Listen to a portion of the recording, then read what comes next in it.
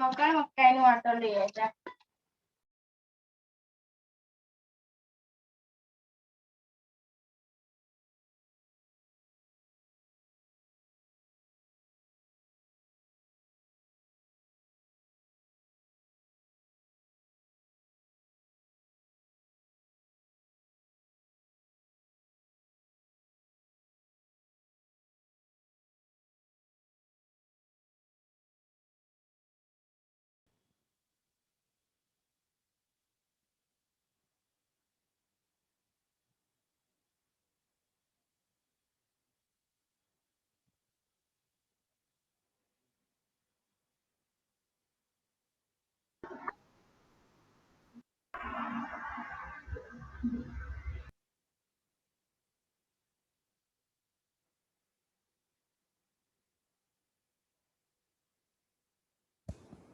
आवाज आ रही बेटा? Yes sir. चलो ठीक है।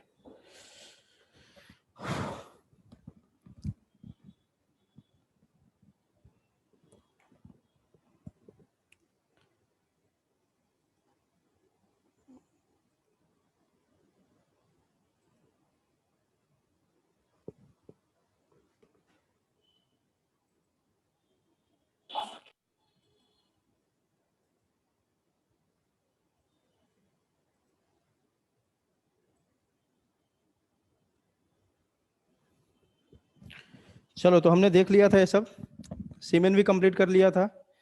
एक बार मैं थोड़ा सा रिवीजन करवाऊंगा क्योंकि उस दिन कुछ प्रॉब्लम हुई थी, टेक्निकल है ना, तो बहुत सारे बच्चे उसमें मतलब चले गए थे क्लास से। तो एकदम 5 मिनट में उसको समरी करेंगे और 5 मिनट में समरी करने के बाद आज शुरू करेंगे अपन फीमेल रिप्रोडक्टिव सिस्टम। ठीक है, तुम लोग को मेल रिप्रोडक्टिव सिस्टम तक का नोट्स मिल गया ना सबको?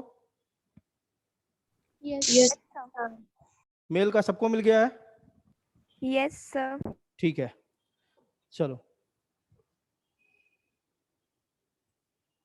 अभी तक बच्चे ऐड हो रहे हैं इस क्लास में।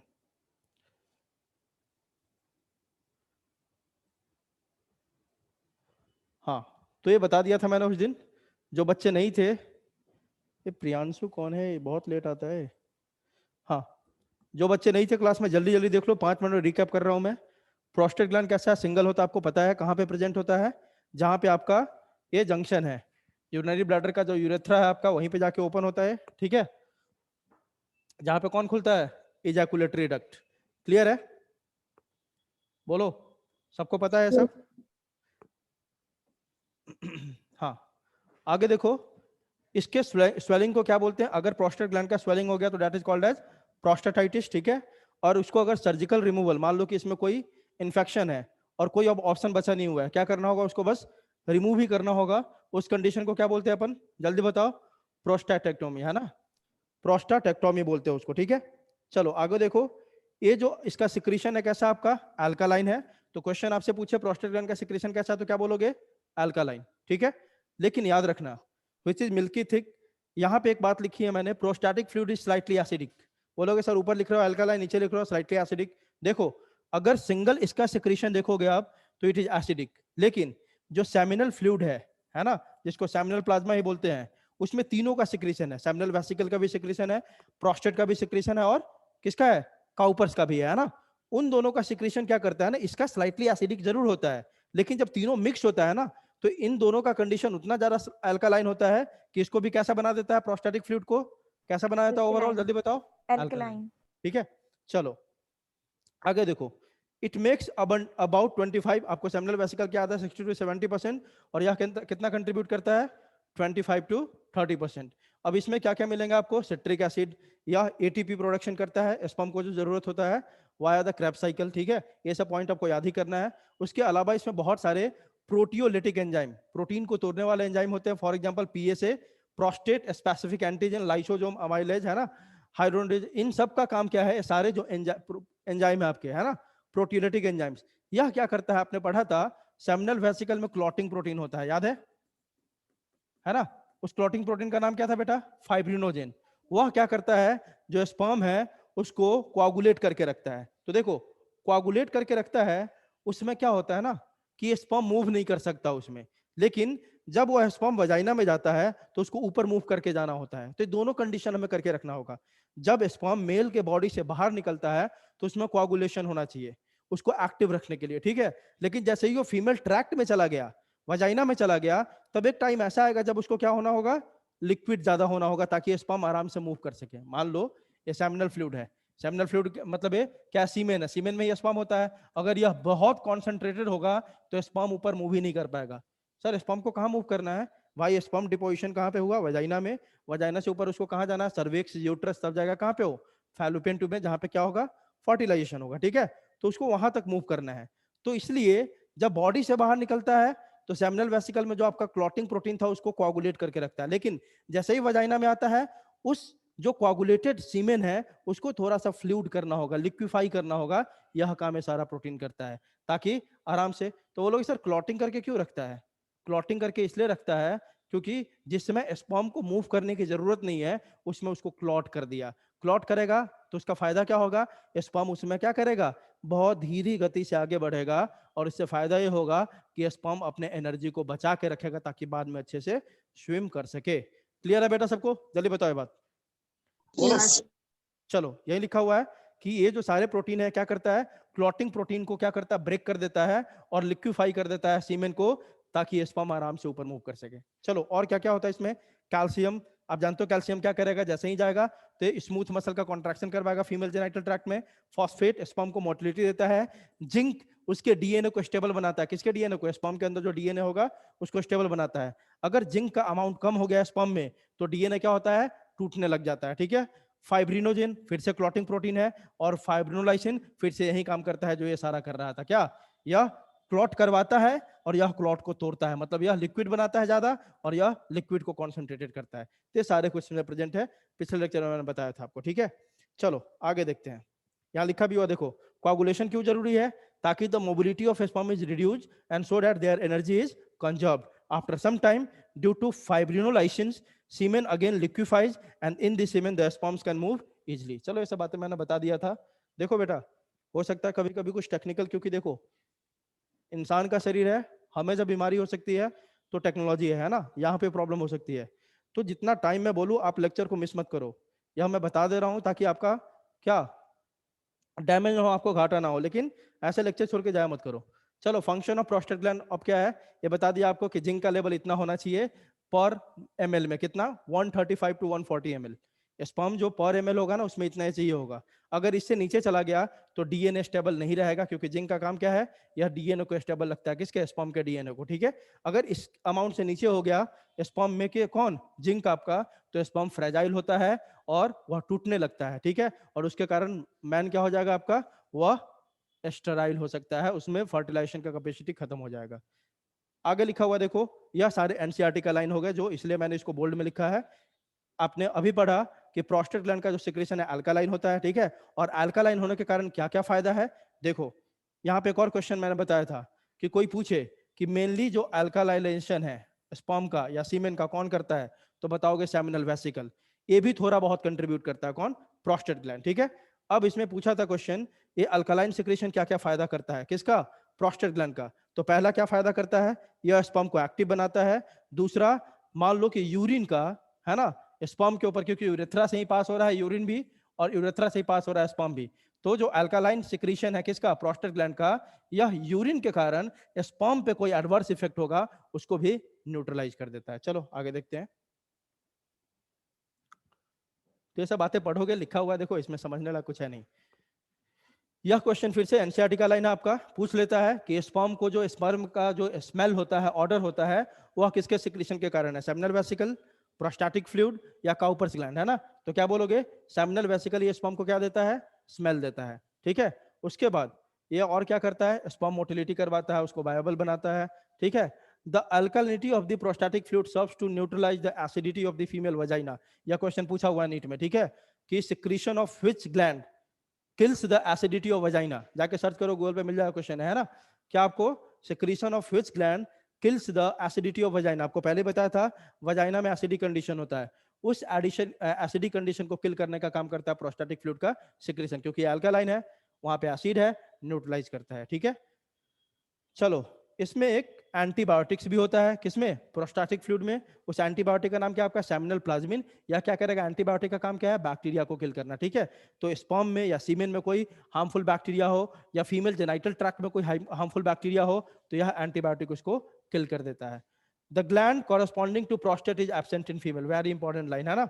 जैसे देखोगे अभी बाकी ग्लैंड का कॉरस्पॉन्डिंग होता है फीमेल में, मतलब उसी तरह का दूसरा ग्लैंड होता है, सेमिनल वेसिकल का होता है ना, काउपर्स का होता है, लेकिन इसका कोई मतलब कॉरस्पॉन्डिंग ग्लैंड फीमेल में प्रेजेंट नहीं होता है। जिसको किसी लाइन में डाउट होगा पूछ लेगा।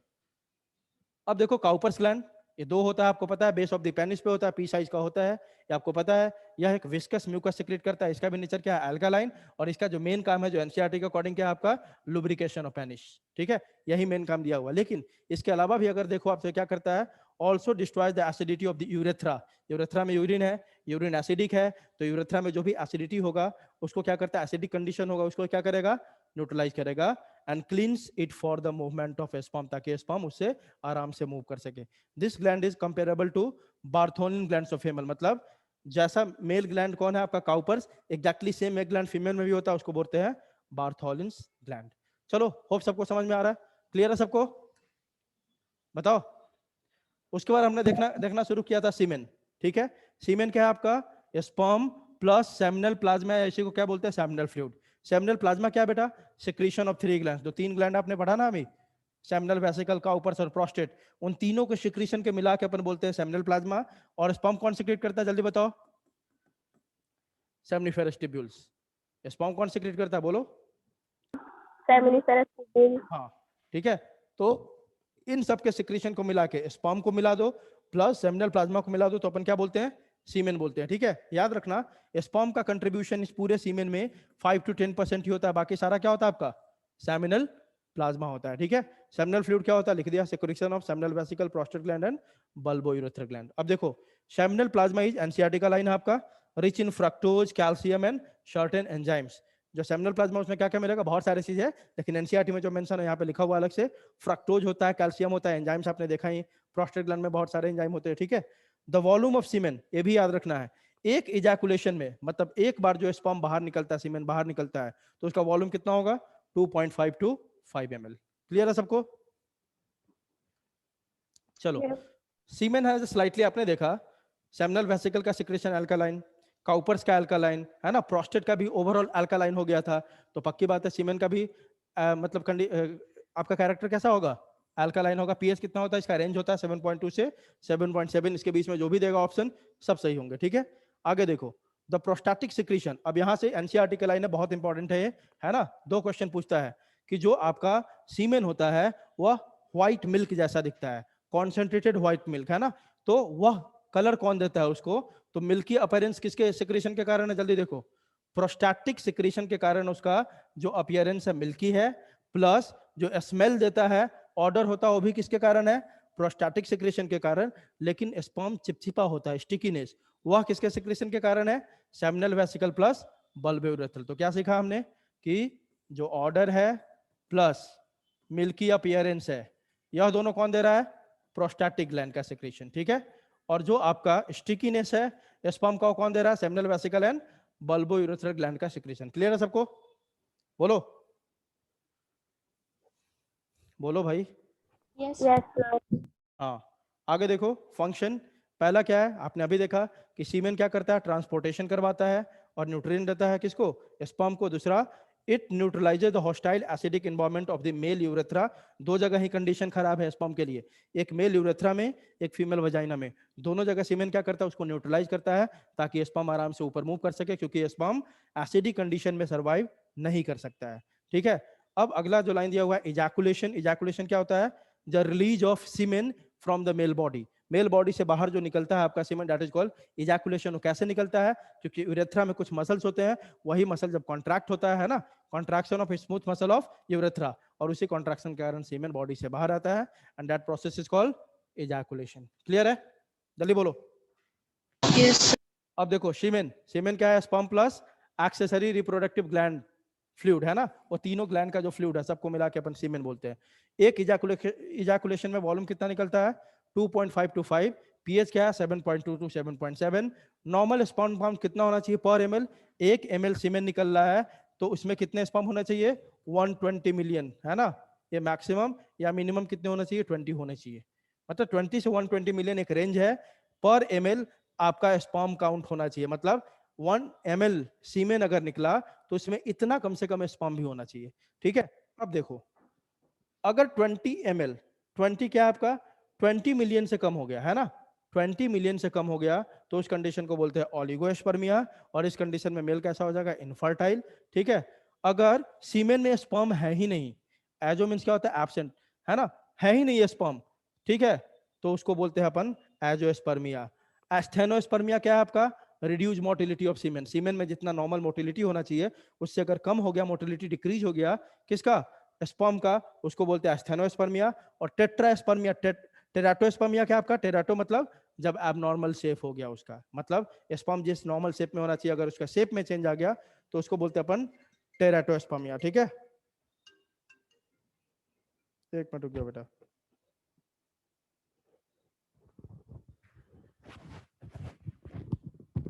Hello,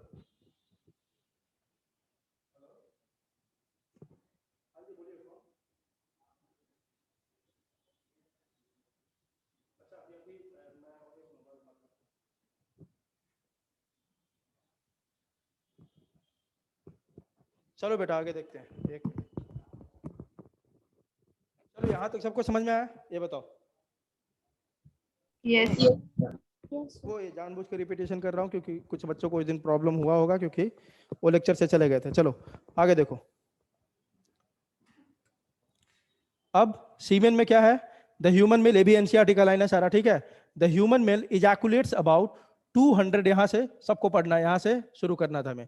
the human male ejaculates about 200 to 300 million sperms during a coitus. मतलब एक बार जब इंटरकोर्स होता है तो इतना स्पर्म लगभग रिलीज करता है ह्यूमन मेल एक बार में, 200 to 300 मिलियन स्पर्म्स, है ना?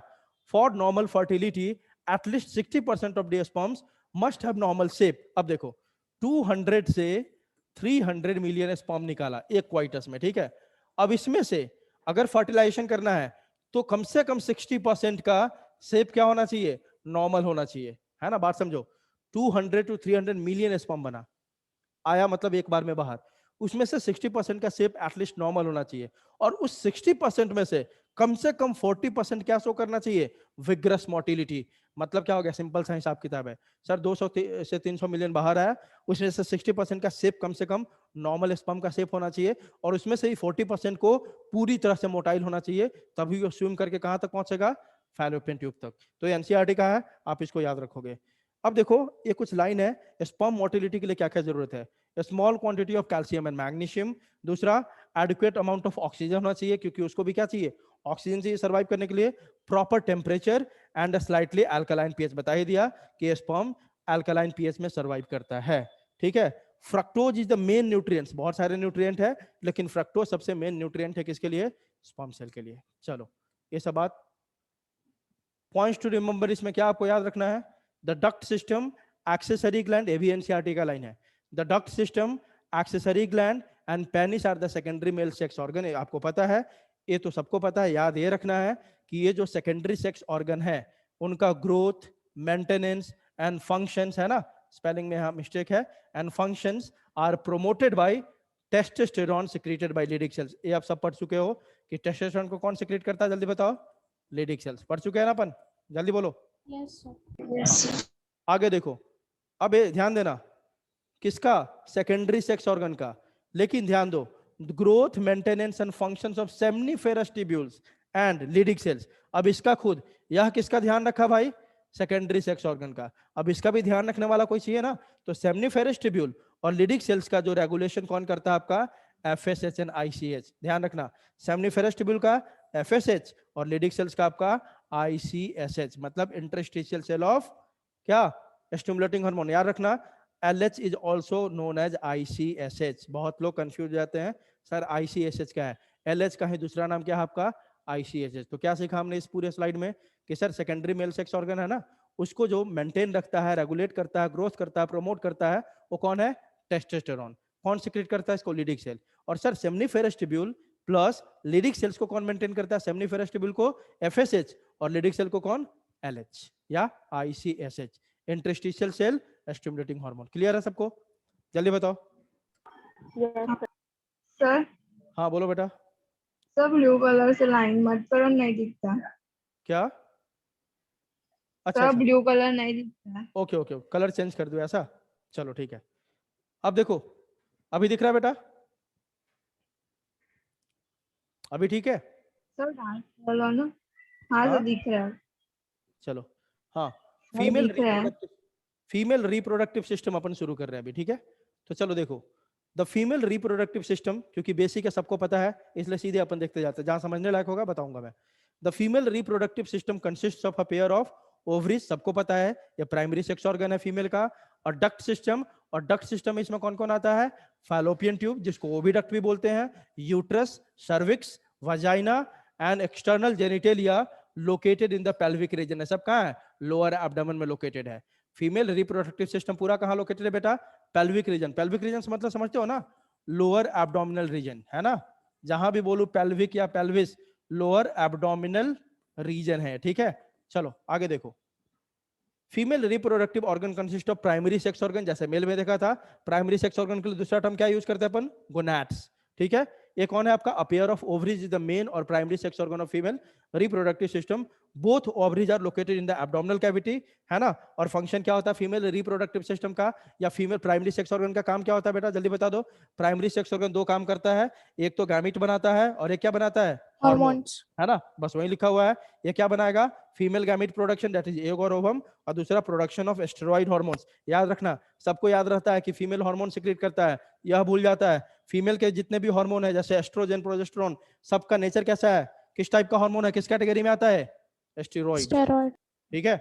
चलो आगे देखते हैं। अगला है सेकेंडरी सेक्स ऑर्गन, या इसको एक्सेसरी सेक्स ऑर्गन बोलते हैं। इसमें क्या क्या आएगा? तीन चीज है। और डक्ट सिस्टम, डक्ट सिस्टम में कौन कौन आता है? फैलोपियन ट्यूब जिसको ओविडक्ट बोलते हैं, यूट्रस, सर्विक्स, वजाइना, ये सब आ गया डक्ट सिस्टम में। ग्लैंड में कौन कौन है बेटा? A pair of mammary glands, a pair of Bartholin glands, और एक्सटर्नल जेनिटेलिया में कौन आता है? किसको बोलते हैं external genitalia?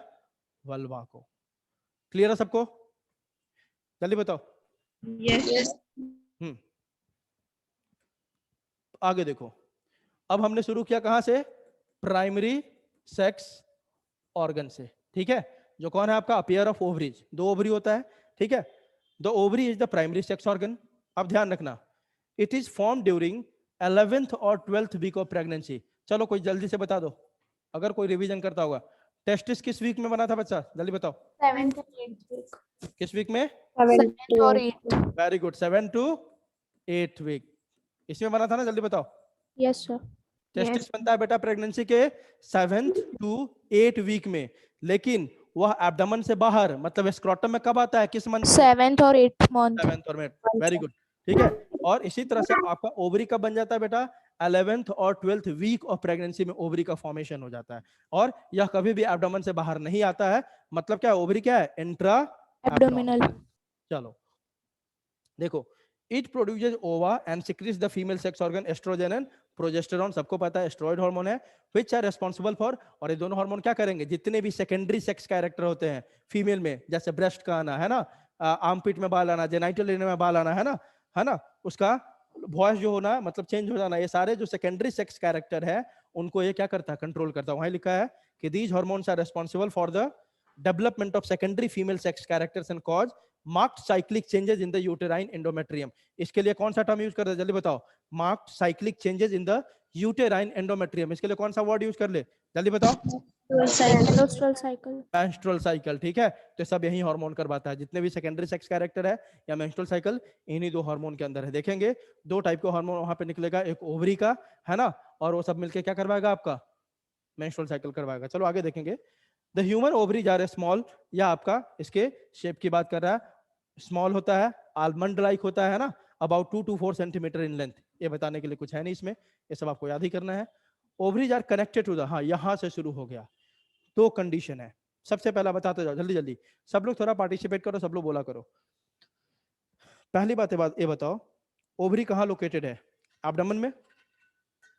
Yes. Yes, sir. एक मिनट बेटा,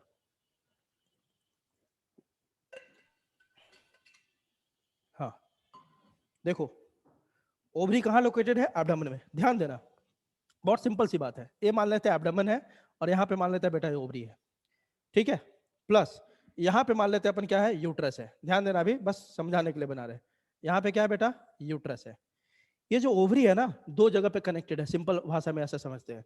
दो जगह पे कनेक्टेड है, एक तो जहां प्रेजेंट होगा पक्की बात उससे कनेक्टेड होगा, मतलब एक जगह क्या है, ये पेल्विक वॉल या एब्डोमिनल वॉल से कनेक्टेड है, और एक जगह किससे कनेक्टेड है बेटा, ये यूट्रस से।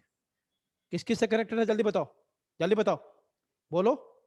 pelvic wall and हाँ, uterus. एक तो जहां पे प्रेजेंट है उससे भी कनेक्टेड है, प्लस यूट्रस से भी कनेक्टेड है।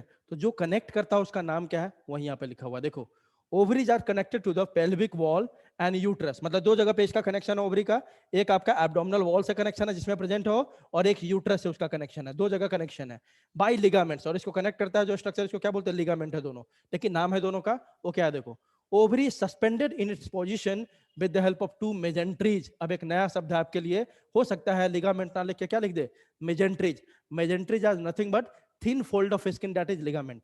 मेजेंट्री कहीं भी लिखे ये कुछ अलग नहीं है, क्या आपका thin fold of skin that is called ligament होता है, और कुछ नहीं होता है, जो कनेक्शन देने का काम करता है। तो दो मेजेंट्री होंगे, एक होगा जो इसको पेल्विक वॉल से अटैच करवा रहा है, दूसरा होगा जो इसको यूट्रस से अटैच करवा रहा है। नाम देख लेते हैं, पहला है मीजोवेरियम, दूसरा है ओवेरियन लिगामेंट। सिंपल सी बात है, अगर यूट्रस से जो इसको कनेक्ट करवा रहा है उसको बोल देते हैं ओवेरियन लिगामेंट, और जो इसको पेल्विक वॉल से कनेक्ट करवा रहा है उसको क्या बोल दिया बेटा हमने, मीजोवेरियम। क्लियर है सबको, जल्दी बताओ। Yes. देखो लिखा हुआ है, ovaries are attached to the lower abdominal cavity with the help of ligament और mesentery called mesovarium, and ovaries also attached to the uterine wall with the help of ligament called ovarian ligament. Simple सी बात हो गई, हम इतना देखने की जरूरत नहीं है। सर ओवरी दो जगह कनेक्टेड है, एक जगह एब्डोमिनल वॉल या पेल्विक वॉल से दैट इज कॉल्ड मेजोवेरियम, है ना, और एक यूट्रस से भी कनेक्टेड है सर, उसको बोलते हैं क्या, ओवेरियन लिगामेंट। क्लियर, चलो लोकेशन देखते हैं बेटा, बता ही दिया आपको। द ओवरीज आर लोकेटेड, बता तो दिया कि एब्डोमिनल रीजन में होता है, लेकिन एनसीईआरटी के लाइन के अकॉर्डिंग देख लो क्या लिखा है उसमें, the ovaries are located one on each side of the lower abdomen. पक्की बात है पेल्विक रीजन में है, so they are intra abdominal. Ovaries are located near kidney, kidney के पास में होता है ना, and remain attach to the lower abdominal cavity through mesovarium. पहले ही बता दिया, ये देखो ये आपका ओवरी है, सबको डायग्राम दिख रहा है बेटा, बेहतरीन डायग्राम है, देखो ये ओवरी है आपका, ठीक है। यहाँ पे अपेयर ऑफ ओवरीज होता है, ठीक है, और यह ओवरी देखो तो अगर ध्यान से देखोगे आप, ठीक है, तो देखो तो ये वाला यूट्रस है पूरा पार्ट आपका, दिस वन इज यूट्रस।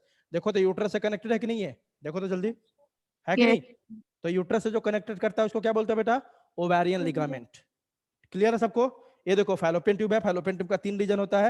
ये देखो फिंगर लाइक जो प्रोजेक्शन है ना, दैट इज कॉल्ड फिम्ब्रिए। इसको क्या बोलते हैं बेटा, फिम्ब्रिए। और इस रीजन को क्या बोलेंगे, इनफंडिबुलम, ठीक है। बीच वाले रीजन को क्या बोलते हैं, एम्प्यूला, और इधर वाले रीजन को क्या बोलते हैं, इस्थमस। और इस्थमस से जाके कहाँ ओपन होता है, यूट्रस में। क्लियर है बेटा सबको।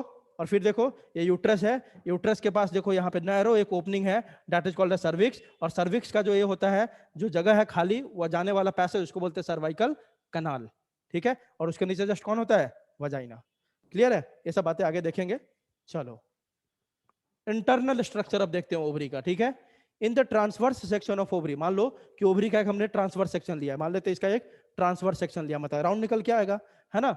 इन the transverse section of ovary we see various developmental phases of ova and follicles. अब यहां से लाइन बहुत इंपॉर्टेंट शुरू हो गया, क्यों, क्योंकि अब यहां से जब आप देखोगे ओवरी का डेवलपमेंट, है ना, सॉरी ओवा का डेवलपमेंट, फॉलिकल का डेवलपमेंट, तो ये सब लाइन आपको अभी से समझना शुरू कर देना होगा, ठीक है। तो जैसे ही यहाँ पे एक सेक्शन को कट करोगे ना, उसमें आपको क्या दिखाई देगा, फॉलिकल का डेवलपमेंट, है ना। आपने पढ़ा होगा फीमेल पूरा हो गया था तुम लोग का, फीमेल रिप्रोडक्टिव सिस्टम सर ने पढ़ा दिया था, जल्दी बताओ, बोलो। फीमेल रिप्रोडक्टिव सिस्टम सर ने पढ़ा दिया था पूरा, क्या सौम्या, कर्तवी, हाँ सर पढ़ा है। Yes, sir. चलो ठीक है, फिर भी देखते हैं अपन। तो याद रखना, आप देखोगे ना, सिंपल सी बात है, देखो बेटा ये ओवरी है ना, ओवरी में फॉलिकल का ग्रोथ होता है, पहले प्राइमरी फॉलिकल, फिर कौन बनता है बेटा, सेकेंडरी फॉलिकल, फिर कौन बनता है, टर्शियरी फॉलिकल, और इस सब में कौन होता है, प्राइमरी oocyte होता है। फॉलिकल कुछ अलग नहीं है, सिंपल सी बात, जब हम oocyte को, है ना, एक सेल से सराउंड कर देते हैं, ऊपर वाला सेल को बोलते हैं ग्रैनुलोसा सेल, इसी को बोल देते हैं अपन फॉलिकल। आई बात समझ बेटा, when oocyte is surrounded by some layers of cells called granulosa cell, उसी को अपन बोल देते हैं फॉलिकल। क्लियर है सबको, जल्दी बोलो। Yes. है ना। तो फॉलिकल कुछ अलग है। तो जब ओवरी को आप कट करके देखोगे ना तो उसमें आपको डिफरेंट क्या दिखाएगा, phases of follicle development, primary follicle, secondary follicle, tertiary follicle, और फिर से मैच्योर फॉलिकल कौन सा होता है, नाम बता दो जल्दी से। Graphian follicle. Graafian follicle, Maninagar वालों से पढ़ा चुका हूं पहले मैं, ये तो इतना लेक्चर में बर्बाद कर रहा हूँ रिवीजन करवाने में। चलो आगे देखो। तो in the transverse section of ovary we see various developmental phases of ovine follicle. से समझोगे लाइन को क्या है, बाद में बताऊंगा जब फॉलिकुलर जेनेसिस, है ना, कि कैसे फॉलिकल का ग्रोथ होता है। आगे देखो, the ovaries are covered on the outside by a layer of simple cuboidal epithelium. जो सबसे, मान लो ये ओवरी है, इसका सबसे बाहरी लेयर जो इसको कवर किया हुआ है इसको क्या बोलते हैं बेटा, ओवेरियन एपिथेलियम, या क्या बोलते हैं, germinal epithelium. That is the free surface of ovaries are covered by a germinal epithelium composed of single layer of cuticles। Simple सी बात है। हाँ सर, ओवरी का जो सबसे बाहर लेयर है ना उसको बोलते हैं जर्माइनल एपिथेलियम। एक ऐसा लेयर है सर, एक सिंगल लेयर होता है सेल्स का, और कौन सा सेल है बेटा इसमें, क्यूबिकल सेल। सिंपल सी बात। आगे देखते हैं। हाँ, inner to germinal epithelium is tunica albuginea layer. Simple सी बात, सबसे बाहरी लेयर कौन है बेटा, जर्माइनल एपिथेलियम। इसके नीचे वाला लेयर कौन है बेटा, ट्यूनिका एल्ब्यूजिनिया, और उसके अंदर के पूरे पार्ट को क्या बोलते हैं अपन, ओवेरियन स्ट्रोमा। क्लियर है सबको, जल्दी बताओ। Yes. Inner to germinal epithelium is tunica albuginea layer, है ना, जो कनेक्टिव टिश्यू का लेयर होता है। And inner to tunica albuginea layer is ovarian stroma. इसमें बताने लायक तो कुछ है ही नहीं, है ना। ये जैसा है, ये बाहरी लेयर जर्माइनल एपिथेलियम, उसके जस्ट नीचे ट्यूनिका एल्ब्यूजिनिया, और उसके अंदर के पूरे पार्ट को क्या बोलते हैं बेटा अपन, ओवेरियन स्ट्रोमा। अब ओवेरियन स्ट्रोमा, सिंपल सी बात, बाहरी वाला जर्माइनल, अंदर वाला कौन सा, ट्यूनिका एल्ब्यूजिनिया, और अंदर का जो पूरा पार्ट बच गया उसको क्या बोलते हैं बेटा, जल्दी बताओ, ओवेरियन स्ट्रोमा। अब ये ओवेरियन स्ट्रोमा दो पार्ट में डिवाइड होता है। जो ऊपर वाला पार्ट है ना, पेरिफेरी वाला पार्ट, उसको क्या बोलते हैं, कॉर्टेक्स, और जो बीच वाला पार्ट है उसको क्या बोलते हैं, मेडुला। आज बात समझ, जल्दी बोलो बोलो। Yes. है ना, सिंपल सी बात है भाई, सिंपल सी बात है कि सर जो ओवेरियन स्ट्रोमा है ना, दो जोन में बटा हुआ है। जो पेरिफेरी वाला रीजन है, पेरिफेरी वाला रीजन जो है उसको बोलते हैं कॉर्टेक्स, और जो बीच वाला रीजन है दिस इज कॉल्ड एज क्या, मेड्यूला। क्लियर है बेटा सबको। तो कोई Yes. स्ट्रक्चर पूछे ओवरी का बता दोगे तुरंत कि हाँ सर, बाहरी लेयर है जर्माइनल Yes. एपिथेलियम, उसके नीचे है ट्यूनिका एल्ब्यूजिनिया, उसके नीचे के पूरे जगह को बोलते हैं sir ovarian stroma. Ovarian stroma sir दो जोन में बटा हुआ है। जो पेरिफेरी वाला एरिया है उसको बोलते हैं ओवेरियन कॉर्टेक्स या कॉर्टेक्स, और जो बीच वाला रीजन है उसको बोलते हैं अपन क्या, मेड्यूला। क्लियर, वही लिखा हुआ देखो, inner to germinal epithelium is tunica albuginea layer and inner to tunica albuginea layer is ovarian stroma. The ovarian stroma is divided into two zones, है ना, a peripheral cortex and inner medulla या ovarian medulla। यहाँ पे देखो, कभी कभी जब आप डायग्राम देखते होंगे तो यह शब्द लिख देता होगा ओवरी में, हाइलम। वो कौन सा जगह है बेटा, सिंपल सी बात है, each ovary contains a hilum। Hilum is the point of entrance and exit of blood vessels and nerves। Hilum जहां पे भी दिख जाए समझ जाओ वह पॉइंट है हाइलम, जहां से ब्लड वेसल और नर्व ओवरी के अंदर जाता है या उससे बाहर आता है। सिंपल सी बात। चलो ये देखो, यहाँ पे ओवरी का आप देखोगे पूरा इसमें क्लियर दिख रहा है आपको, है ना, सब कुछ दिख रहा है। सबसे बाहर वाला लेयर कौन सा बेटा, जल्दी बताओ, सबसे बाहर वाला, Germinal epithelium. ओवेरियन एपिथेलियम, जिसको क्या लिख दिया है यहाँ पे देखो, क्यूबॉइडल एपिथेलियम, क्योंकि आपको पहले ही बोला था जर्माइनल एपिथेलियम क्या है आपका, किस सेल से बना हुआ है, Cube cells. इसीलिए यहाँ पे लिख दिया क्यूबॉइडल एपिथेलियम। दूसरा, उसके जस्ट नीचे आप देखोगे, है ना, तो आपका कौन सा लेयर शुरू हो जाता है, ट्यूनिका एल्ब्यूजिनिया, है ना। और ट्यूनिका एल्ब्यूजिनिया के अंदर देखोगे तो दो पार्ट में पूरा डिवाइडेड है ओवेरियन स्ट्रोमा। जो येलो कलर से आपको दिखा रहा है, येलो कलर से जो दिख रहा है आपको, ये क्या दिख रहा है आपको येलो कलर से, जल्दी बताओ, येलो Cortex. कलर दिख रहा है कॉर्टेक्स, है ना। और जो रेड कलर दिख रहा है आपको, ये पूरा रेड रेड जो दिख रहा है, ये कौन सा क्या है आपका, Medulla. मेड्यूला। सिंपल सी बात, ठीक है। और बीच बीच में आपको हाइलम ये दिखा दिया, हाइलम वो रीजन है जहां से ब्लड वेसल नर्व फाइबर्स इसमें एंटर करेगा, इससे बाहर आएगा। क्लियर है सबको, जल्दी बताओ बोलो। Yes. चलो आगे और देखते हैं, कॉर्टेक्स किसके बना हुआ, किससे बना हुआ है, और उसमें क्या क्या हो रहा है। यह इंपॉर्टेंट स्लाइड हो गया, क्योंकि नीट में इससे क्या क्वेश्चन आया था बताऊंगा अभी, है ना। क्वेश्चन ये आया था कि जो डिफरेंट आपका फेजेज ऑफ फॉलिकल डेवलपमेंट का, वह कॉर्टेक्स रीजन में होता है कि मेडुला में होता है, यही क्वेश्चन आया होता।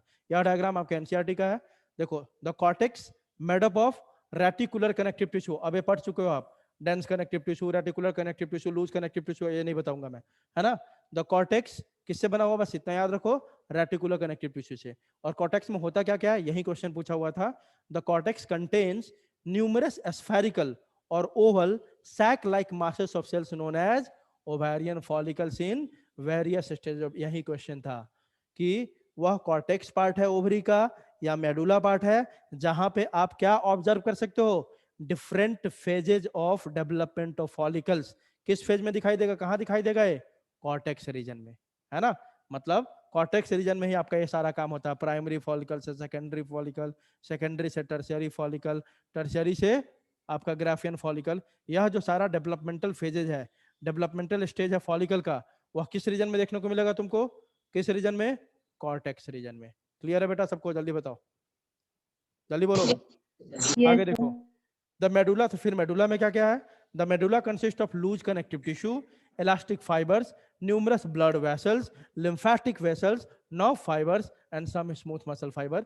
यह होता है मेडुला का कंपोजिशन। मेडुला में आपको ये सब देखने को मिलेगा, ठीक है। फॉलिकल्स पहले ही बता दिया मैंने कि फॉलिकल्स क्या होता है बेटा, means group of cells surrounding a cavity. मान लो एक कैविटी है, जगह खाली है, उसी को एक ग्रुप ऑफ सेल्स ऐसे सराउंड कर दिया, ठीक है। अब इसी को हम बोल देते हैं फॉलिकल्स, ठीक है। Ovarian follicles means oocyte, follicle मतलब ये होता है कि एक कैविटी को जब सेल सराउंड कर दे बहुत सारा सेल, तो उसको बोलते हैं फॉलिकल। ओवेरियन फॉलिकल किसको बोलते हैं, क्योंकि हम यहाँ पे बात करेंगे ओवेरियन फॉलिकल का, ठीक है। तो जब oocyte को एक ग्रुप ऑफ सेल्स ऐसे ऐसे सराउंड कर दे, तब इसी को हम बोलने लग जाते हैं ovarian follicle. When oocyte is surrounded by क्या, सम सेल्स, ग्रुप ऑफ सेल्स। और ये सेल क्या है बेटा, कौन सा सेल है, ग्रैनुलोसा सेल। कौन सा सेल है बेटा, जल्दी बताओ, ग्रैनुलोसा सेल्स, है ना। जब ग्रैनुलोसा सेल इसको सराउंड कर देता है उस साइड को, तब जो स्ट्रक्चर बनता है उसी को बोलते हैं अपन क्या, ओवेरियन फॉलिकल्स। क्लियर है। ये एनसीईआरटी का डायग्राम है, देखो आप, यही आपका दिखा रहा है। ये आपका प्राइमोडियल फॉलिकल्स है, उससे बना प्राइमरी फॉलिकल, फिर सेकेंडरी बनेगा, फिर टर्शियरी बनेगा, फिर आपका क्या बनेगा, जल्दी बताओ, मच्योर या ग्राफियन फॉलिकल। ग्राफियन फॉलिकल जब रप्चर होता है तो क्या बाहर निकल जाता है, जल्दी बताओ, ओवम, जिसको क्या बोलते हैं बेटा अपन, ओव्यूलेशन।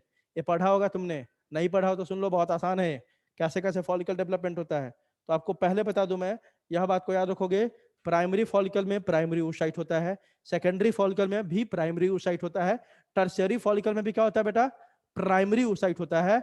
लेकिन ग्राफियन फॉलिकल में oocyte तब तक लार्ज हो जाता है, डिवाइड करके क्या बना लेता है, सेकेंडरी oocyte। याद रखोगे, प्राइमरी फॉलिकल में कौन सा oocyte है, जल्दी बोलो। प्राइमरी oocyte, सेकेंडरी फॉलिकल में कौन सा oocyte है, टर्शियरी में कौन सा है, प्राइमरी, लेकिन ग्राफियन में कौन सा है, सेकेंडरी oocyte, मच्योर फॉलिकल किसको बोलते हैं, ग्राफियन, है ना। और इसी ग्राफियन फॉलिकल में जब रप्चर होता है ना, तो आपका सेकेंडरी oocyte बाहर आ जाता है। This process is called ovulation. ovulation, और जब एक टूट जाता है ना, जब टूट जाता है ना ग्राफियन फॉलिकल, तो टूटा हुआ पार्ट जो बच जाता है, जब इसे एक बाहर निकल जाता है, मोर प्रिसाइडली सेकेंडरी oocyte बाहर आता है ना। और सेकेंडरी oocyte में कुछ चेंजेस होता है, तब ओवम बनता है, ठीक है। तो हम बोल देते हैं कि release of ovum is called ovulation. लेकिन एग्जैक्टली बाहर कौन आता है बेटा, सेकेंडरी oocyte बाहर आता है, हाँ, उसमें चेंजेस होता है, तब वो ओवम बनता है, ठीक है। तो देखो यहाँ पे ग्राफियन फॉलिकल रप्चर किया और आपका ओवम बाहर आ गया, that is called as ovulation, ठीक है। अब जो टूटा हुआ पार्ट बच जाता है ना, किसका, ग्राफियन फॉलिकल का, उसी को अपन क्या बोलते हैं बेटा, कॉर्पस ल्यूटियम, है ना। और कॉर्पस ल्यूटियम अगर प्रेगनेंसी हुआ, प्रेगनेंसी हो जाता है फीमेल में, तो ये कुछ दिन तक टिकता है। प्रेगनेंसी अगर नहीं हुआ तो ये फर्दर और टूट के एक अगला स्ट्रक्चर बना लेता है, that is called corpus albicans. सब बताऊंगा बाद में, बस अभी ब्रीफ में सुनो, ठीक है। तो आपको दिखाई दे रहा होगा कि कॉर्टेक्स में आपको क्या दिख रहा है, different stage of follicle development, ठीक है। क्लियर है सबको, जल्दी बताओ। तो अभी yes, तक तो अभी तक अगर समरी करें तो हमने क्या पढ़ा सर, ओवरी का बाहर वाला लेयर जर्माइनल एपिथेलियम, अंदर वाला ट्यूनिका एल्बुजिनिया, उसके अंदर के सारे पार्ट को क्या बोलते हैं, ओवारियन स्ट्रोमा। ओवारियन स्ट्रोमा के ऊपर वाले पार्ट को बोलते हैं कॉर्टेक्स, और बीच वाले पार्ट को क्या बोलते हैं, मेडुला। सर कॉर्टेक्स में अपन क्या ऑब्जर्व कर सकते हैं, different phases of development of follicles. और मेडुला में सर क्या होता है, blood vessel, lymphatic vessel, nerve fibre से सब यहाँ होता है, स्मूथ मसल फाइबर्स। इतना ही पढ़ा हमने, क्लियर है, चलिए बताओ। yes, अब अगला स्ट्रक्चर क्या है बेटा हमारा, फैलोपियन ट्यूब। तो देखो इसीलिए मैं बोलता हूँ, स्लाइड काउंट करने से नहीं होता है, बात ये होता है कि उस इतने स्लाइड में हमने पढ़ा क्या। हमने 3-4 स्लाइड देखा ओवरी पे, हमने 2-4 बातें ही देखी कि ओवरी का शेप कैसा होता है, और फिर इंटरनल स्ट्रक्चर में कि बाहरी germinal, tunica albuginea, ovarian stroma, cortex, medulla, cortex में क्या है और मेडुला में क्या है, इतना ही देखा हमने और कुछ नहीं। चलो अगला स्ट्रक्चर क्या है बेटा आपका, फैलोपियन ट्यूब, ठीक है। फ्रॉम द ओवरी, आप जानते हो कि एग रिलीज होता है, एग ओवरी में बनता है ना, जल्दी बताओ, ये तो पता है ना, बोलो। Yes, sir. अब वहां से एग रिलीज होगा। अब एक चीज देखो आप, ओवरी का पोजीशन बेटा ऐसे है, अब एग जब रिलीज होगा तो उसको नीचे गिरना चाहिए कि ऊपर आना चाहिए, जल्दी बताओ। अगर नॉर्मली देखे अपन तो यहाँ पे ओवरी है, यहाँ से एग रिलीज हो रहा तो नीचे गिरना चाहिए ना वो, बोलो, है ना। Yes, sir. लेकिन वो ऊपर कैसे आ जाता है, क्योंकि उसको कलेक्ट करता है कौन, ऊपर में कौन खींच लेता है, जल्दी बताओ। Fallopian tube. कैसे खींच लेता है वो बता रहा हूँ अभी। तो देखो, from the ovary egg is release, to be precise secondary oocyte is release, क्योंकि एग रिलीज नहीं होता है, सेकेंडरी oocyte रिलीज होता है। जब सेकेंडरी oocyte में बेटा मियोसिस 2 हो जाता है ना, तब उसको बोलते हैं अपन क्या, जल्दी बताओ, ओवम। ठीक है, आ रही बात समझ। लेकिन जनरल लैंग्वेज में अपन बोल देते हैं कि एग इज रिलीज, लेकिन मोर प्रिसाइजली क्या हो, कौन रिलीज होता है ओव्यूलेशन में, in the process Secondary of oocyte. Ovulation कौन रिलीज होता है आपका, सेकेंडरी oocyte।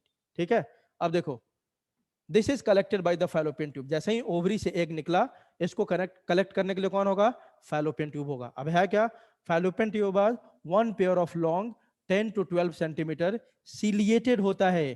तभी एग, आपको बताओ तो फीमेल एग मोटाइल है कि नॉन मोटाइल है, जल्दी बताओ। Non-motile. नॉन मोटाइल है, तो उसका मोमेंट भाई हो के कैसे एम्पुला तक कैसे पहुंचेगा, because of ciliated nature of fallopian tube, है ना। तो देखो, ये 10 से 12 सेंटीमीटर लॉन्ग होता है, सिलिएटेड होता है, मस्कुलर होता है, एंड टिब्यूलर, मतलब ट्यूब के फॉर्म में होता है, मतलब ऐसा होता है। आगे देखो, इट एक्सटेंड, कोई भी बता सकता है, इधर ये ओवरी से निकला और उधर जाके किसको कनेक्ट कर रहा है, जल्दी बताओ, Uterus. यूट्रस को कनेक्ट कर रहा है। तो यही लिखा हुआ है, it extend from the periphery of each ovary to the uterus. Each ovary is differentiated into 3 parts, सब जानते हो, है ना। सॉरी, ओवरी नहीं, यहाँ पे क्या होगा बेटा, क्या होगा, Fallopian tube. fallopian tube. Each Fallopian. each fallopian tube is differentiated into how many parts? 3 parts. ठीक है, पहला क्या है बेटा, इनफंडिबुलम, है ना, the part of the oviduct, oviduct किसका नाम है, दूसरा नाम, Fallopian tube. फैलोपियन ट्यूब का, the part of oviduct closer to the ovary is the funnel shaped. A infundibulum का शेप कैसा होता है बेटा, फनेल के जैसा होता है, देखा है ना हमने, कुछ फिल्टर करने के लिए जो लगाते हैं अपन, फनेल शेप्ड होता है ना।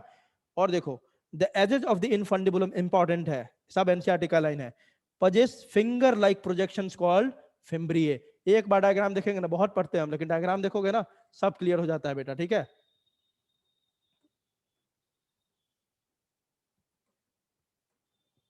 चलो आते हैं इसमें, डायग्राम होगा आगे होगा इसका। अब देखो हुआ क्या, कि यहाँ पे क्या होता है आपका, fimbriae helps in the collection of the ovum after ovulation. तो सिंपल सी बात है, पहला जो पोर्शन है वो फनेल शेप का इनफंडिबुलम होता है, और इनफंडिबुलम के एज पे, मतलब टिप पे कुछ फिंगर लाइक प्रोजेक्शंस होते हैं, ऐसे फिंगर जैसा, दीज प्रोजेक्शंस आर कॉल्ड, क्या बोलते हैं इसको बेटा, क्या बोलते हैं, फिम्ब्रिए। और मेनली ये फिम्ब्रिए ही हेल्प करता है किस चीज में, collection of ovum after ovulation. ठीक है, infundibulum opens into the abdominal cavity by an aperture called ostium, है ना। मतलब देखो ऐसा स्ट्रक्चर है, यह मान लो आपका इनफंडिबुलम है, ध्यान देना, इस इनफंडिबुलम में ऐसा करके क्या होता है बेटा, फिंगर लाइक प्रोजेक्शंस होता है। और एक फिंगर लाइक प्रोजेक्शन में देखो एक ओपनिंग होता है, यहाँ पे एक ओपनिंग है, दिस ओपनिंग इज कॉल्ड, क्या बोलते हैं इसको बेटा, जल्दी बताओ, ऑस्टियम। आई बात समझ नहीं आई, देखो ना, यह आपका इनफंडिबुलम है, इसके टिप पे फिंगर लाइक प्रोजेक्शन होता है, और यहाँ पे एक ओपनिंग होता है, this opening is called ostium. मतलब एक कोई ओपनिंग होगा ना भाई, उसी के थ्रू एंटर करेगा ना अंदर, इसी ओपनिंग से, ऑस्टियम से आपका एग अंदर जाता है, और फिर कहाँ पहुंचा, इनफंडिबुलम। इनफंडिबुलम के बाद कहाँ पहुंच जाएगा, जल्दी बताओ, एम्प्यूला। एम्प्यूला के बाद यहाँ पे फर्टिलाइजेशन होके आगे बढ़ के कहाँ जाएगा ये, फाइनली कहाँ जाएगा, जल्दी बताओ, यूट्रस में, है कि नहीं, जल्दी बताओ। Yes, sir.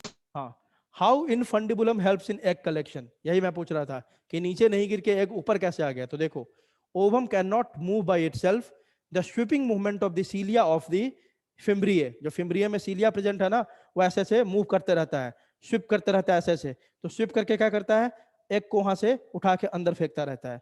The sweeping movement of the cilia of the fimbriae creates a suction. Suction मतलब जानते हो ना क्या होता है, नेगेटिव प्रेशर। जैसे आप कोल्ड ड्रिंक्स पी रहे हो, तो कोल्ड ड्रिंक्स पी रहे हो तो बेटा कोल्ड ड्रिंक्स आप ऊपर की तरफ खींचते हो तो कौन सा प्रेशर वहां पे बनाते हो, जल्दी बताओ। Negative. Suction pressure, negative pressure, है ना। तब क्या होता है, कोल्ड ड्रिंक्स नीचे ना जाके क्या होता है, ऊपर आता है। अगर देखो आप जब तक खींच रहे हो तब तक कोल्ड ड्रिंक्स ऊपर आ रहा है, जैसे ही छोड़ोगे फिर कोल्ड ड्रिंक्स नीचे जाएगा कि नहीं, जल्दी बताओ। बोलो। Yes sir. यही करता है। क्या करता है, जो सीलिया है आपका फिम्ब्रिये में, वो ऐसे स्वीप करता रहता है, स्वीपिंग एक्शन। स्वीपिंग एक्शन के कारण एक सक्शन नेगेटिव प्रेशर डेवलप होता है, जिसके कारण जब ओवम निकलता है ओवरी से तो नीचे ना जाके उस सक्शन प्रेशर के कारण क्या होता है, ऊपर आ जाता है। ऊपर मतलब इनफंडिबुलम में। कैसे आता है, थ्रू ऑस्टियम। क्लियर है बेटा सबको, जल्दी बताओ। And leads to the movement of egg from ovary to infundibulum part of the Fallopian tube. चलो आगे देखते हैं। तो पहला हमने इनफंडिबुलम देख लिया। इनफंडिबुलम में दो चीज इंपॉर्टेंट था। पहला क्या था आपका, ओसिलिएटेड होता है। दूसरा उसमें एज पे कुछ फिंगर लाइक प्रोजेक्शन होता है, दैट इज कॉल्ड इनफंडिबुलम। और वहां पे ओपनिंग होता है, that is called ostium. Clear है। Ampulla. The infundibulum leads to a wider part. जो सबसे वाइड पार्ट होता है ना आपके फैलोपियन ट्यूब का, यही होता है कौन, एम्प्यूला। ठीक है। Ampulla is the very very important. क्या है आपका ये एम्प्यूला में क्या होता है, जल्दी बताओ। फर्टिलाइजेशन होता है। कोई पूछे कि फर्टिलाइजेशन क्या कहाँ होता है, मतलब जो स्पर्म फीमेल के वजाइना में जाता है, वो भी स्विम करते करते कहाँ पहुंचना चाहिए बेटा, कहाँ पहुंचना चाहिए, जल्दी बताओ। कहाँ पहुंचना चाहिए, एम्प्यूला में। और इधर से एग भी कहाँ पहुंचना चाहिए, एम्प्यूला में। वहीं पे दोनों का फ्यूजन होता है, मतलब फर्टिलाइजेशन होता है।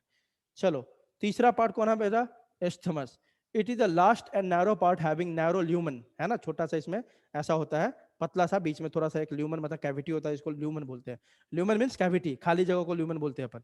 It is the last and narrow part having narrow lumen that links to the uterus, that is it opens in the upper part of the uterus। और यही पार्ट है, सबको पता है। स्टमक से जाके कहाँ ओपन होता है बेटा, यूट्रस में। यूट्रस में कहाँ ओपन होता है, यूट्रस के जो सबसे ऊपर वाला पोर्शन होता है, फंडिक जिसको बोलते हैं, फंडस रीजन, उसमें जाके ओपन होता है। ठीक है।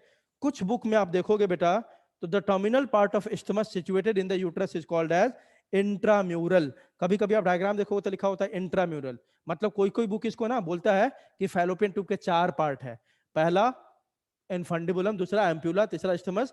और स्टमस का ही जो सबसे एंड वाला पार्ट है ना, एंड वाला पार्ट जो यूट्रस में होता है, उसको लोग क्या बोल देता है, जल्दी बताओ, इंट्राम्यूरल। आपके बुक में 3 है तो आप ये पढ़ोगे, रेफरेंस के लिए लिख दिया कि परेशान नहीं होना का, कहीं पे क्या देखो तो intramural. Intramural is nothing terminal portion of isthmus which lies in the uterus. Clear है, जल्दी बताओ। बोलो। अब देखो क्वेश्चन दो तरीके से आता है बेटा। बहुत सारे बच्चे मेरे को मैसेज करेंगे कि सर फर्टिलाइजेशन कहीं कहीं पे लिखा हुआ है क्या कि एम्पुला इस्थमस जंक्शन में, कहीं कहीं पे लिखा हुआ है सर एम्प्यूला। तो देखो दोनों एक साथ तो नहीं देगा। पहली बात, क्वेश्चन में अगर ऑप्शन एम्प्यूला है तो एम्पुला को करो। कभी कभी क्वेश्चन में एम्प्यूला ऑप्शन नहीं होगा, क्या होगा आपका ऑप्शन, आपका एम्प्यूला इस्थमस जंक्शन। तब आंसर क्या होगा बेटा, एम्प्यूला। जंक्शन। क्लियर है सबको, जल्दी बताओ, बोलो। चलो फंक्शन क्या है आपने देखा, या क्या करता है, कंडक्शन ऑफ द ओवम और जाइगोट। अब बोलोगे सर जाइगोट भी, बिल्कुल बेटा। पहले तो ओवरी से क्या उठाया है, एक को उठाया, एक को कहाँ लेके आया, एम्पुला में। यहाँ पे फर्टिलाइजेशन हो गया, जैसे ही फर्टिलाइजेशन हो गया क्या बन गया, जल्दी बताओ, जाइगोट। और जाइगोट को ही तो भेजता है कहाँ पे, जाइगोट को कहीं भेजता है, कहाँ भेजता है, यूट्रस में। तो इसे लिखा हुआ है यह कंडक्शन करवाता है, मतलब भेजता है किसको, ओवम या जाइगोट को towards uterus by peristalsis and ciliary muscles. उसमें जो मसल होता है उसका मूवमेंट होता रहता है, प्लस उसमें सिलिया भी प्रेजेंट है। इसी दोनों के कारण, इसी दोनों एक्शन के कारण, कौन दोनों action, peristalsis and ciliary movement के कारण क्या होता है आपका, ये पूरा ट्रांसफर होता है और पहुंच जाता है यूट्रस में। क्लियर है बेटा। दूसरा तो आप जानते ही हो, it is the site of fertilisation. और मेनली कौन सा रीजन है इसमें, एम्प्यूला रीजन। क्लियर है, बोलो। Yes. चलो आगे देखो, यूट्रस जिसको अपन हिस्टेरा भी बोलते हैं या मदर्स वोम भी बोलते हैं, ठीक है। यहीं पे बच्चा क्या होता है, पूरे 9 मंथ तक डेवलपमेंट होता है। यहीं पे जब डेवलपिंग एम्ब्रियो जाके अटैच हो जाता है यूट्रस के सबसे इनर लेयर में, दैट इज कॉल्ड एंडोमेट्रियम, तब अपन बोलते हैं कि लेडी क्या हो गई, प्रेग्नेंट हो गई, इम्प्लांटेशन हो गया। क्लियर है सबको, जल्दी बताओ। तो देखो it is the site for implantation. सबसे पहली बात तो यही लिखा हुआ है। मान लो यूट्रस का 3 लेयर है, यहाँ पे देखो, ये पहला, ये दूसरा मान लो, और ये तीसरा। तो इधर से मान लो ये कनेक्ट है आपका इनफंडिबुलम, मतलब जो भी फैलोपियन ट्यूब, यह लेके आया डेवलपिंग एम्ब्रियो को। यह डेवलपिंग एम्ब्रियो जब अटैच हो जाता है किससे बेटा, एंडोमेट्रियम से। एंडोमेट्रियम से जैसे ही अटैच होता है, उसी प्रोसेस को क्या बोलते हैं अपन, implantation. Attachment of developing embryo to the endometrium of uterus is called implantation, है ना। और जैसे ही इम्प्लांटेशन, सक्सेसफुल इम्प्लांटेशन हो गया ना, तो हम बोल देते हैं कि फीमेल क्या हो गई, प्रेग्नेंट हो गई। क्लियर है बेटा, जल्दी बताओ, बोलो। Yes, sir. हाँ, तो it is the site for implantation. The uterus is single, uterus single होता है, पेयर में नहीं होता है, and it is called as mother womb, ठीक है। It is a large hollow muscular highly vascular, इसमें हाईली वैस्कुलर भी बताऊंगा किस लेयर में। एंडोमेट्रियम जो होता है ना, वो हाईली वैस्कुलर होता है, तभी तो आप देखते हो कि हर मेंस्ट्रुअल साइकिल में एंडोमेट्रियम ही तो ब्रेक करता है, जिससे गर्ल्स को ब्लीडिंग होती है ड्यूरिंग मेंस्ट्रुअल साइकिल, ठीक है। तो it is large hollow muscular highly vascular and inverted. Inverted के लिए दूसरा टर्म क्या यूज कर सकते हैं अपन, पेरीफॉर्म। आपके एनसीईआरटी का लाइन है इन्वर्टेड पियर शेप्ड होता है, ठीक है, तो याद रखेंगे एनसीईआरटी का लाइन है कि it is a large hollow muscular highly vascular and inverted pear shaped structure present in the pelvis. ये सब कहाँ है, लोअर एब्डोमेन में है, between the bladder and rectum. या इसका लोकेशन क्या है, यूरिनरी ब्लैडर और रेक्टम के बीच में मिलता है। कौन आपका, ये uterus. It is suspended bye a mesentery. फिर से ये भी क्या है आपका, एक सस्पेंडेड होता है, ये भी किसी चीज से अटैच होता है। It is suspended bye a mesentery और लिगामेंट कॉल्ड मीजोमेट्रियम। दैट इज, अब सिंपल सी बात है, जो जहां होगा वहां पे अटैचमेंट होगा। ये भी कहां है बेटा, लोअर एब्डोमेन में है। तो लोअर एब्डोमेन में है तो इसको भी अटैचमेंट देने के लिए कोई होगा ना, जो लोअर एब्डोमेन से इसको क्या कर रहा होगा, लोअर एब्डोमेन को वॉल से इसको जो कनेक्ट कर रहा होगा यूट्रस को, इसको क्या बोलते हैं बेटा अपन, मीजोमेट्रियम। तो मीजोमेट्रियम वह आपका लिगामेंट है जो यूट्रस को एब्डोमिनल वॉल से अटैच करके रखता है या उसको सस्पेंड करके रखता है। क्लियर है बेटा, जल्दी बताओ। Yes, sir.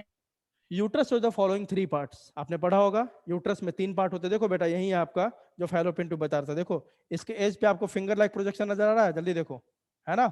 This is called as, क्या बोलते हैं इसको, Embryo. फिम्ब्रिए, ठीक है। और यहीं पे बीच में एक Yeah. ओपनिंग होता है, that is called ostium. Clear है। देखो uterus has the following 3 parts. Fundus, it is the upper dome shaped part above the opening. अब देखो, अब ध्यान देना, यहाँ पे आपका फैलोपियन ट्यूब का इस्थमस पार्ट ओपन हुआ, यहाँ पे इसको ऊपर का डोम शेप पार्ट देख रहे हो आप, ए वाला दिख रहा है सबको, जल्दी बताओ, बोलो। Yes, sir. हाँ उसी सर। को क्या बोलते हैं, उसी को क्या बोलते हैं अपन, फंडस। जहां पे आपका इस्थमस ओपन हो रहा है ना, उसके ऊपर वाला जो पार्ट होता है डोम शेप का, उसको बोलते हैं फंडस। फंडस, ठीक है।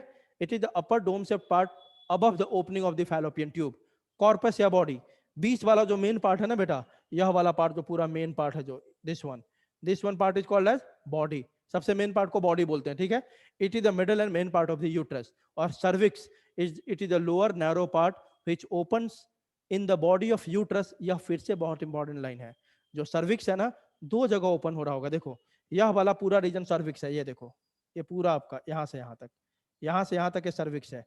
सर्विक्स 2 जगह ओपन हो रहा है। देखो एक साइड में बेटा कहाँ ओपन हो रहा है, देखो तो एक साइड में कहाँ ओपन हो रहा है, यूट्रस में, और दूसरे साइड में कहाँ ओपन हो रहा है बेटा, ये वजाइना में। दिख रहा है, जल्दी बताओ, बोलो। Yes, sir. अच्छी बात है, सारे इनको हटाने दो, सब कुछ लॉजिकल समझो, रट्टा कुछ नहीं मारना है, सिंपल सी बात। यहां देखो, ये देखो, ये पूरा पार्ट आपका सर्विक्स है, यह वाला पार्ट पूरा सर्विक्स है।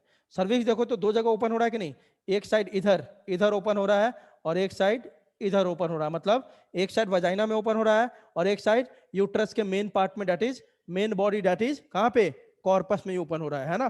तो इसका मतलब इसमें 2 ओपनिंग होगा। जो अंदर वाला ओपनिंग है, जो इसको यूट्रस में ओपन करवाता है या main part of the uterus में ओपन करवाता है बॉडी में, उसको बोलते हैं इंटरनल ओएस या इंटरनल ऑरिफाइस, है ना। Orifice means opening.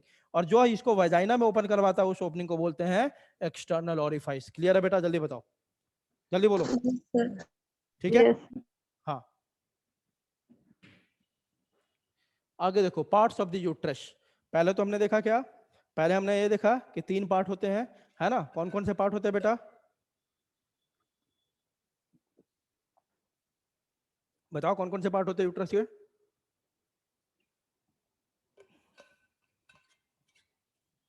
अब बोलो बोलो, 3 पार्ट यूट्रस के। अभी तो पढ़ा यार, कौन कौन से होते हैं यूट्रस के 3 पार्ट। सर, हाँ sir fundus, corpus and cervix. हाँ, तो बोलो यार, अभी तो पढ़ा, ठीक है। 3 पार्ट होते हैं, फंडस सबसे ऊपर वाला पोर्शन, मिडिल पोर्शन को बोलते हैं अपन क्या, कॉर्पस या बॉडी, और सबसे नीचे वाला को क्या बोलते हैं बेटा, सर्विक्स। ठीक है, सर्विक्स के बारे में पढ़ रहे हैं क्योंकि एनसीईआरटी का लाइन है। Cervix is mainly formed of the most powerful sphincter muscles. Sphincter क्या होता है? वैसा मसल्स जो जरूरत पड़ने पर ओपन होता है फिर बंद हो जाता है, ओपन होता है बंद होता है, ठीक है। तो ये पावरफुल स्फिंक्टर मसल से बना हुआ है इन द बॉडी, ठीक है। तो ये लाइन नहीं भी याद रखो चलेगा, यहाँ लाइन याद रखना बहुत जरूरी है। क्या? The cavity of the cervix is called cervical canal. आपने अभी देखा था इसके बीच में कुछ जगह खाली है, अगर ढंग से देखो तो ये देखो, ये आपको मैंने बोला कि यह वाला पोर्शन क्या है आपका? सर्विक्स है। सर्विक्स में देखो तो बीच में गैप नजर आ रहा है आपको? जल्दी बताओ, ये गैप है कि नहीं? बोलो। उसी गैप को क्या बोलते हैं बेटा अपन? सर्वाइकल के। देखो ना ये बीच में आपको गैप नजर आ रहा है, ये वाला, this one is called as cervical canal, ठीक है। जो उसका जगह खाली उसको बोलते हैं अपन सर्वाइकल कैनाल। तो वही लिख रहा है, the cavity of the cervix is called as cervical canal. और एनसीईआरटी का लाइन है सर्वाइकल कैनाल प्लस वजाइना दोनों को मिला दो तब क्या बोलते हैं बेटा अपन?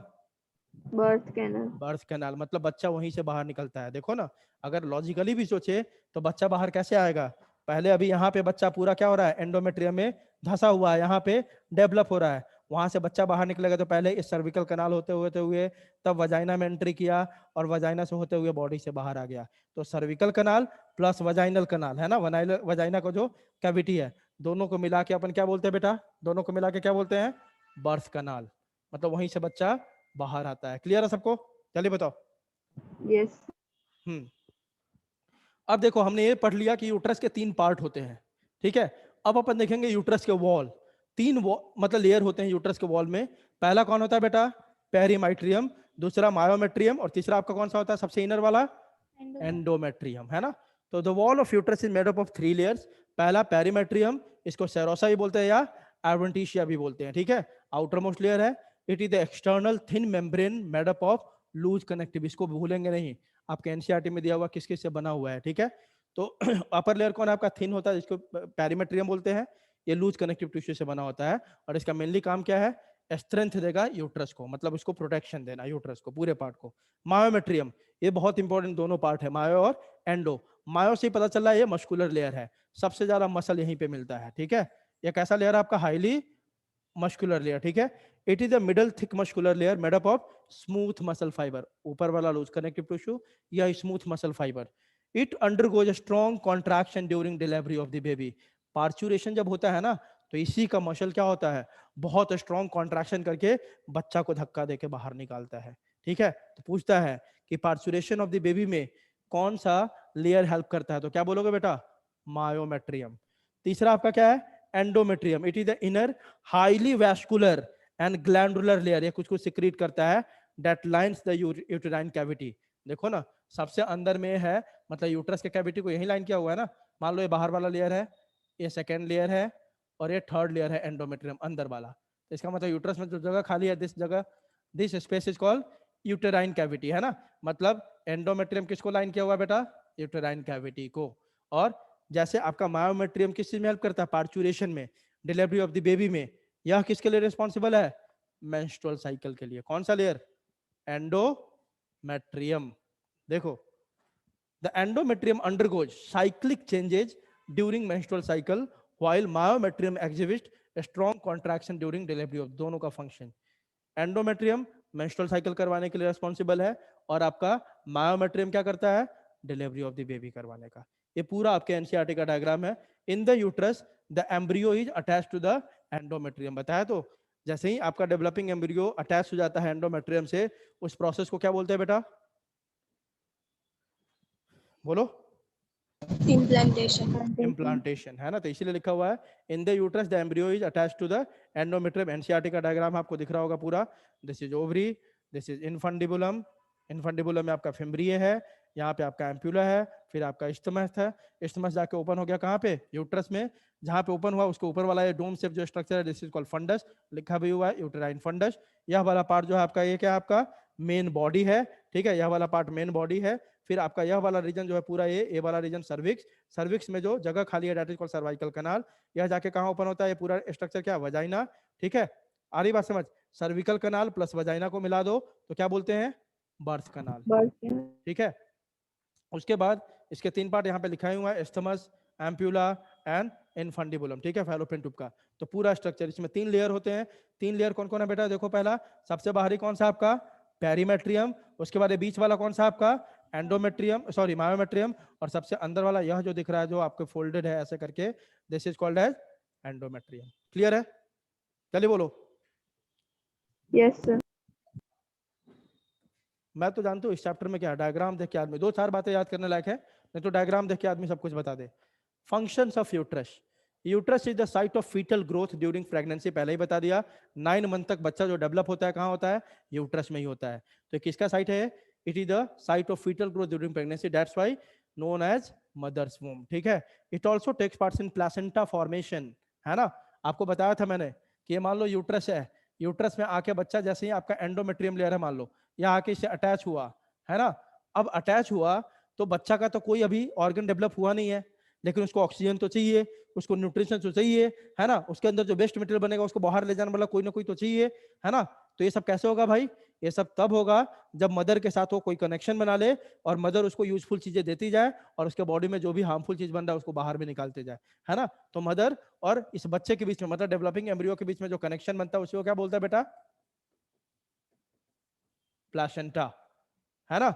आ रही बात समझ? तो प्लासेंटा कौन बना रहा है? एंडोमेट्रियम का टिश्यू भी और कुछ इस डेवलपिंग एम्ब्रियो का टिश्यू भी, मतलब दोनों मिलके। इसीलिए याद रखने का, प्लासेंटा का फॉर्मेशन मदर नहीं करती है बस। मदर का कौन सा पार्ट होता है? यूट्रस। यूट्रस में भी कौन सा? एंडोमेट्रियम का टिश्यू और डेवलपिंग एम्ब्रियो। जब दोनों के कुछ टिश्यू मिल जाते हैं तो दोनों के बीच में कनेक्शन बन जाता है, that connection is called placenta. Clear है? चलिए बताओ, बोलो। Yes. वही लिखा हुआ देखो, it also takes part in placenta formation, endometrium of uterus and expelling of the baby during. अभी बता दिया कि एक तो ये प्लासेंटा फॉर्मेशन एंडोमेट्रियम करवा रहा है, और जब बच्चा को बाहर निकालना होता है तो कौन सा लेयर कॉन्ट्रैक्ट करना शुरू कर देता है? कौन सा तीनों में से? मायोमेट्रियम और बच्चा बाहर निकलता है। अब देखो, कभी कभी यूट्रस में ना कैंसर हो जाता है फीमेल में। एक मोस्ट कॉमन कैंसर आपका कौन? यूट्रस कैंसर या यूटेराइन कैंसर, है ना। तो उस केस में एक ही ऑप्शन बचता है, अगर कैंसर ज्यादा मतलब थर्ड स्टेज में पहुंच गया या बहुत आगे पहुंच गया, तो एक ही ऑप्शन होता है, यूट्रस को हम फीमेल के बॉडी से निकाल लेते हैं, है ना। मतलब वो फिर कभी मां नहीं बन सकती। तो यूट्रस को जब हम बॉडी से निकाल लेते हैं, सर्जिकल रिमूवल ऑफ यूट्रस और हिस्टेरा इज कॉल्ड हिस्टेरेक्टोमी। क्लियर है बेटा? चलिए बताओ, बोलो। Yes. हाँ, चलो उसके बाद वजाइना है। अपन आज टाइम नहीं, अब कल देखेंगे। अभी तक जो जो हमने पढ़ा, आज क्या पढ़ा हमने? पहले प्रोस्टेट ग्लैंड, काउपर्स ग्लैंड, सीमेन, वो सब बताया मैंने। फिर आपको फीमेल रिप्रोडक्टिव ट्रैक्ट में आया अपन, उसमें हमने देखा ओवरी। ओवरी के बाद हमने क्या देखा बेटा? जल्दी बताओ।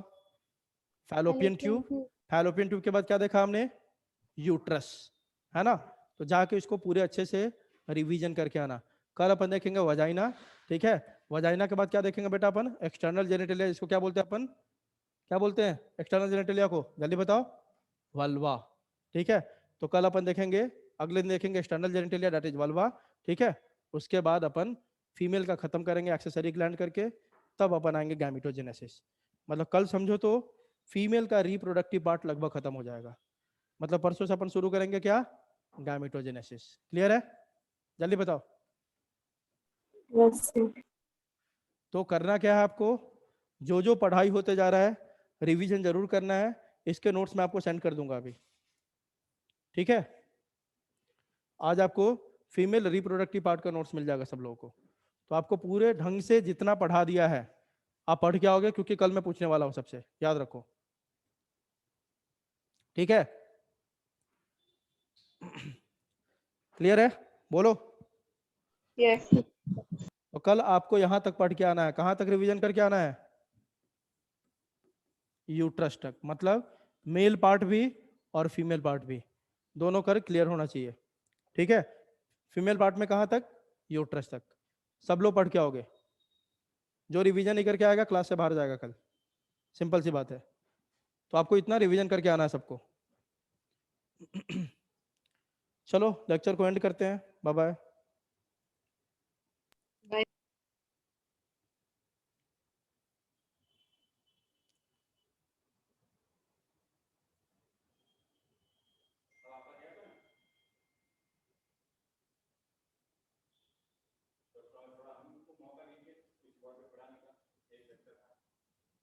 फिर आपकी 2 क्लास